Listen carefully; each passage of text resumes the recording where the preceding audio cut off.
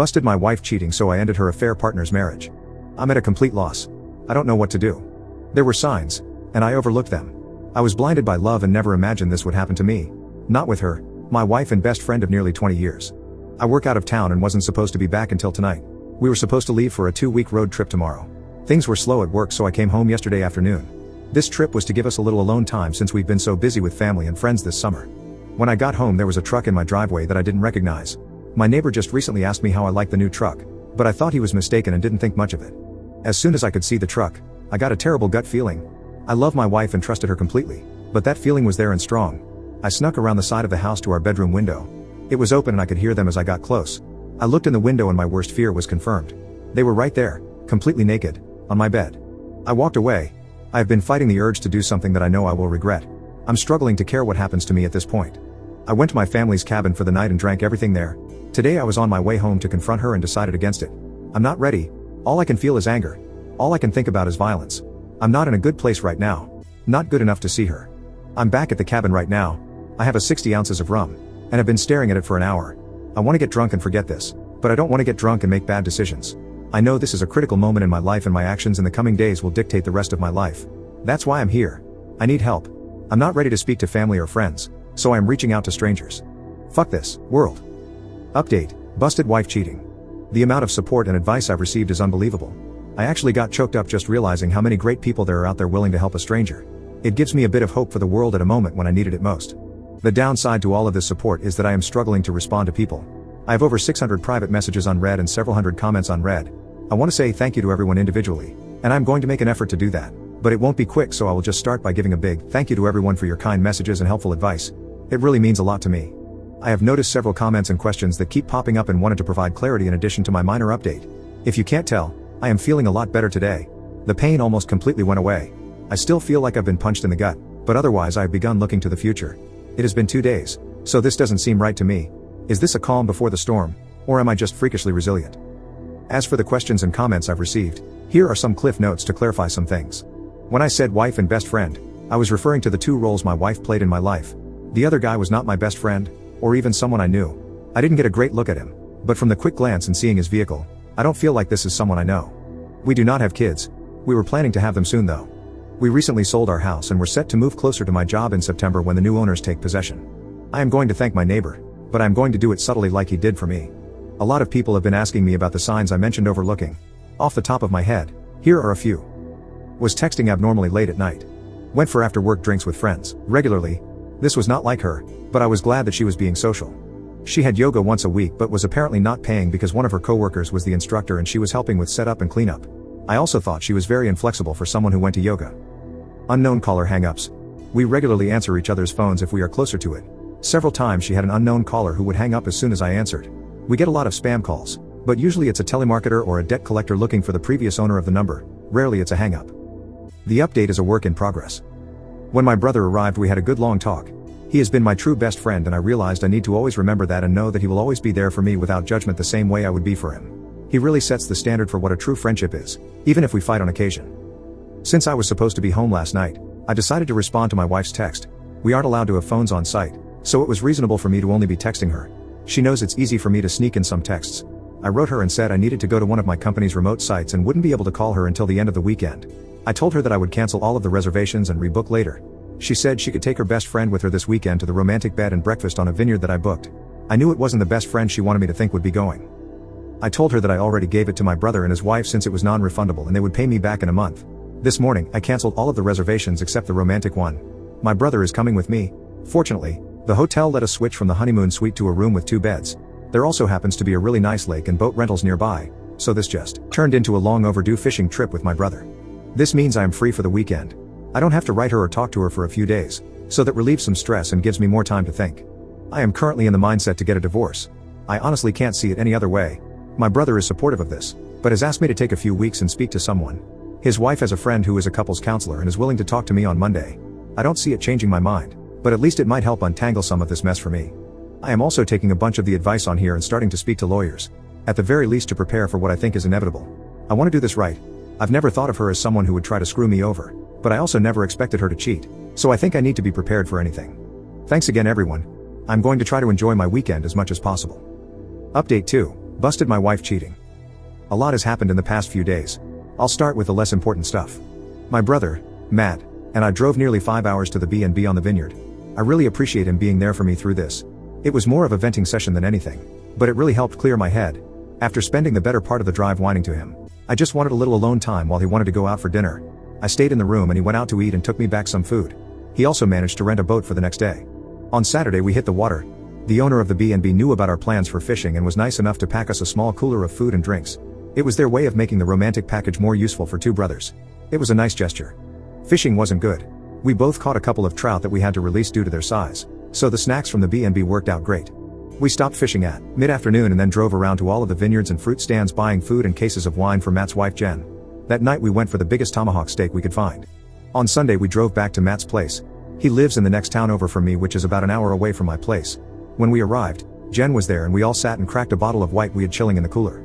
This is when the weekend officially ended for me. Jen told me that while we were away that she decided to go spy on my wife. She told me that the guy was at my place on Friday night all night, but on Saturday morning she managed to get there just as he was leaving. She followed him home and found the apartment where he lived.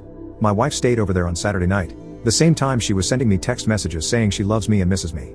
Jen said that she was splitting her time between visiting family who live in my town and stalking my wife.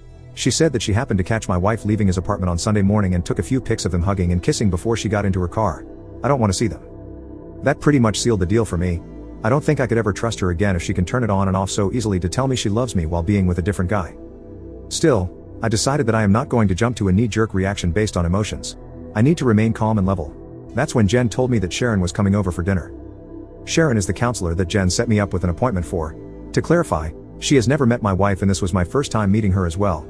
Sharon was a very nice person and we got along great. After dinner, Sharon and I went for a walk around Matt's neighborhood to walk the dogs and have a bit of a private conversation. Sharon was really helpful in the fact that she was a great listener and made me feel like I didn't need to be guarded. It was therapeutic to be that free with describing my feelings. As much as I am comfortable with my brother, this was just different and very needed. It's the same reason why I like writing this on Reddit. It's a vent session that helps me untangle some of the mess in my head. Our walk lasted an hour and the only real advice that Sharon gave me was to not delay the conversation with my wife. She said that the longer I wait, the harder it will become to talk to her about this. She said I need clarity more than anything at this point, and my wife is the only person that can give that to me. Later that night Jen and Matt offered me to stay with them for as long as necessary. I know that Matt and I have an expiry period for being in close quarters with each other, so I spoke to my boss who was able to set me up in company housing. I've been staying there every second week for a while, but have to leave on days off. He managed to make it work for me to stay full-time for a few months if I needed. I decided to rebook with Sharon for later this week. I figured our walk sufficed for the first session. She agreed. I spent the night on Sunday just laying in bed thinking about how to approach this. I struggled with this because even the imaginary scenario in my head was making me angry or sad. I decided I would just wing it. I'm usually good under pressure. Yesterday I woke up and said my goodbyes to Matt and Jen. I drove towards home and was thinking what if he was there when I arrived. Then I thought that it would likely just put me back in the angry spot I was a few days ago. I decided to do a drive-by first. Neither his truck or my wife's car were there. I went inside and grabbed a bunch of essentials and things I don't want to part with. Mainly just some photos and old family heirlooms. I got them all packed up in my truck and then headed over to the guy's apartment. Her car wasn't there either, but his truck was. I decided to write her to see where she was. She said she was getting groceries. I trust her so little right now that I drove by the grocery store and actually confirmed she was there. I feel so dirty admitting that I did that, but my trust is broken and it's the only way I can be certain of anything. I wrote her again and told her to just come home because we need to talk. She wrote back, "What's wrong?" I just responded and said she needs to be ready to be honest, and then turned my phone off. She got home 15 minutes later. When she came in, she came over to give me a hug and kiss like she does every time. I turned away from her. She asked me again what was wrong, so I told her that she needs to start being honest with me. She played dumb and said she had no idea what I was talking about. I said, "Okay, if you can't be honest then I am leaving." She started panicking at this point and said, "Are you talking about yoga?" I figured it was a start. I asked her what she was talking about, and she told me that she hadn't been going to yoga. Here's a bit of a breakdown of the rest of the conversation. Me, if you weren't going to yoga, then where were you going? Her, I was taking walks to relax because I've been so stressed lately. Me, why were you so stressed? And why did you lie to me about what you were doing? Her, preparing for the move has been stressing me out, and I just didn't know how to tell you. Me, so lying was the decision you made? What was your concern with telling me that you were going for a walk to de-stress? Her, I didn't mean to lie. I was worried that my stress would add to your stress. Me, but I'm not stressed. It really seems like you are not telling me everything. Her, what do you mean? Me, I think that you're lying about more than just skipping yoga. I am asking you again to be honest. You've already lied to me, so this can't work if you keep lying. Her, I don't know what else to say. Oh, Are you talking about last weekend when I went for drinks with some friends and came home late? I had a feeling that bothered you. I had no clue that she went for drinks, or was out late. I was at work a couple hours away. Me, is that what you actually did that night, or was that a lie as well? Her, I went for drinks that night, but I didn't see her best friend who she supposedly was with that night. Me, who did you see? Her, no one.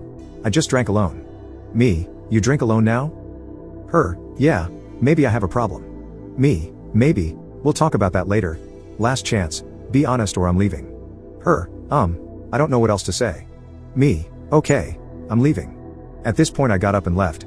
Usually when we have an argument I go for a drive to get away from her. She probably thought this was the same. Then she realized I took my clothes and toiletries, as well as the Xbox. That's when she began blowing up my phone. I told her that I gave her a chance to be honest and she didn't, so there's nothing left to say. She begged and pleaded with me to come home to talk about this in person. She said she had no idea why I was so upset or what I think she did. She repeated that she loved me and would never hurt me. Just hearing her say that really tore a new hole in my chest. It was always comforting words that I believed without question. Now it's a dull, jagged knife sawing through my heart in the most devastating way. I couldn't handle it, so I hung up. She called back about 40 times before I was ready to answer again.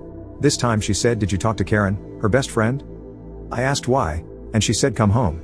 I don't want to say this over the phone." I agreed and drove around a little longer to get my heart rate back down. Then I went home. That conversation went like this. Her, I assume you spoke to Karen? Me, her, well, a few weeks ago while you were at work we went for drinks. A couple of guys started buying us drinks, so we just played along. When we were leaving, one of the guys tried to kiss me. I pulled away immediately and told him I was married. I felt so bad about it and wanted to tell you, but I'm an idiot and just decided to hide it from you. Karen hooked up with the other guy and gave his friend my number without asking me. He has texted me a few times since, but I have never written him back. Me, can I see your phone? Her, yes.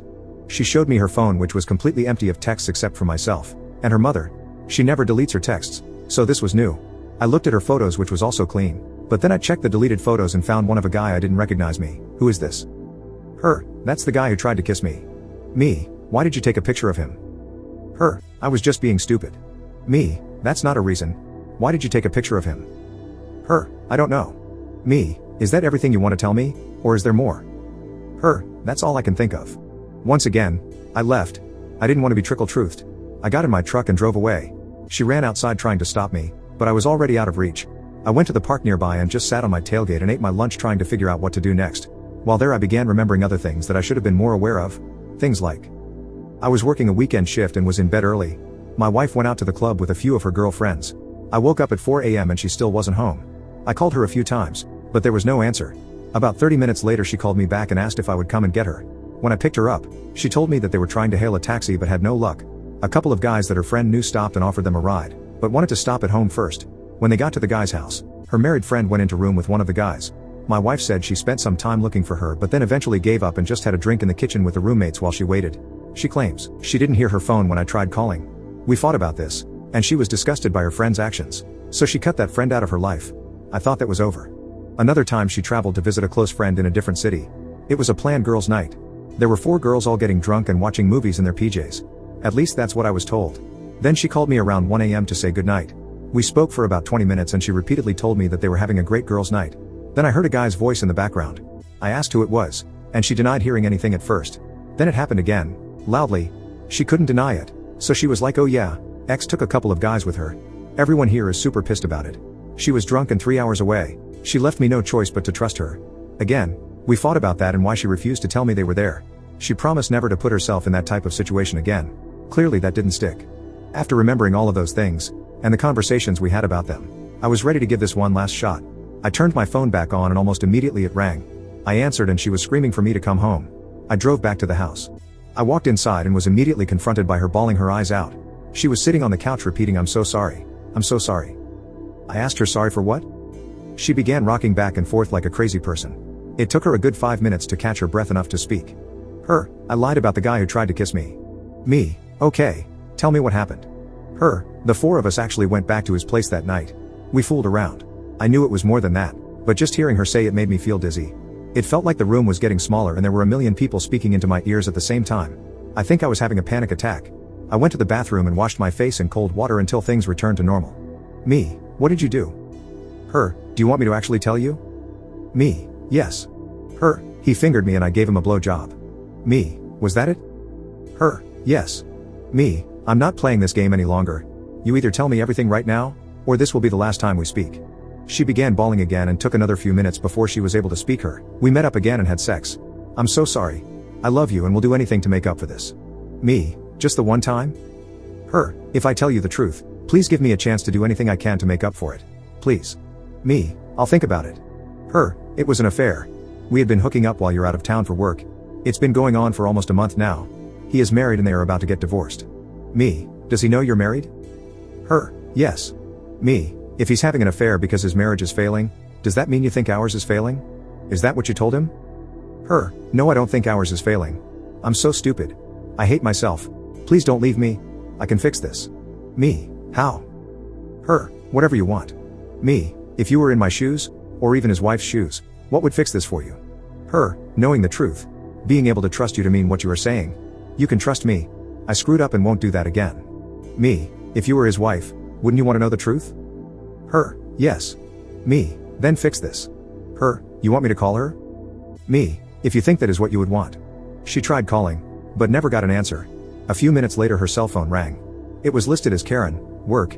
She looked shocked, so I knew that wasn't Karen. I asked if that was him. She said it was. I answered, and being the coward he is, he said, oops, I must have the wrong number. I said no. This is the husband of the girl you've been cheating with. I'm going to let you speak to her because she has something to say to you. I passed her the phone. Her, I told him everything. He knows the entire truth. We're done. It was just a fling and now you need to never contact me again. I asked to see the phone before she hung up me. What divorce lawyer are you using? Him, I'm not getting divorced. Me, oh, but didn't you tell me, wife, that you were? Him, no. Me, okay, then can I speak to your wife? I feel she has as much right to know about this as I do. Him, please man, I didn't know she was married. Don't ruin my marriage over a mistake. Me, you ruined mine over a mistake. It's only fair that I tell your wife. Him, please don't. She's at work right now. I will tell her everything when she gets home, I swear. Me, okay, you do that. That's where I hung up. I asked my wife if she knew where his wife worked and her name. She did. I had my wife call over and ask for her at work. She did get her on the phone and told her to take a seat. This woman said she was just getting ready to leave for the day and she would call my wife back from her car. She did. His wife, what's going on? My wife, I have something terrible to tell you and I don't want to cause any accidents. Please don't drive. His wife, OMG, did something happen too? His name? My wife, no. He's at your apartment right now. I am just letting you know that we have been having an affair for a month now. I'm coming clean to my husband right now and thought you should be given the same respect. She went silent for about a minute, then said, if this is some sick joke, I will find out who you are. Then she hung up. Not even 10 minutes later my wife got a text from Karen, work, saying, thanks, you just ruined my life. I grabbed the phone and wrote back, you just ruined 4 lives and 2 marriages. Don't forget that this was your fault, you piece of shit. For the next hour my wife begged and pleaded with me to stay with her. She offered counseling. She offered to never leave my side. She even offered me sexual favors. This was everything that I expected thanks to the comments in here. She then said we should go on that vacation. Her treat. We need time away was her reason. We need to spend some quality time together because my work schedule has been pushing us apart lately. Also exactly what I expected her to say. She wasn't expecting me to tell her that I went anyway. She also wasn't expecting me to tell her that I already have counseling booked for myself. She definitely wasn't expecting me to tell her that I busted her on my very own bed. I could only imagine she didn't expect me to have a place already lined up to stay. When I told her all of that, she fell to the floor bawling. She started saying how she doesn't deserve to live. She told me I should just kill her right now because she's too terrible to be with anyone. It went on like that for a while. I stayed for a total of 4 hours listening to her make excuses, then try to hug me or cuddle me, or even blow me if I would just stay and work through this with her. In the end, I called Karen and told her that her cheating friend is suicidal and that she should come keep an eye on her. Then I left. It's been almost a full day since that went down and I haven't spoken to her since. She has been calling and texting me all day. Her friends and family have been calling and texting me all day. Everyone has a different excuse, or a different plea for empathy. Her father is the only one who wrote me and told me that I need to do what is best for me and that he will always love me like a son no matter what happens. Reading that was what made me have a good cry for the first time since all of this began. I meet with Sharon, my counselor, tomorrow and a lawyer on Thursday. I think I know where this is going, but until it happens I am just not sure about anything. I'm sorry for the overly long-winded story. It just helps to vent in this way. Again, I really appreciate all of the comments and messages. The people sharing their own stories like this are really helping me feel less broken and giving me more hope. I sincerely appreciate everything you've all said and done for me.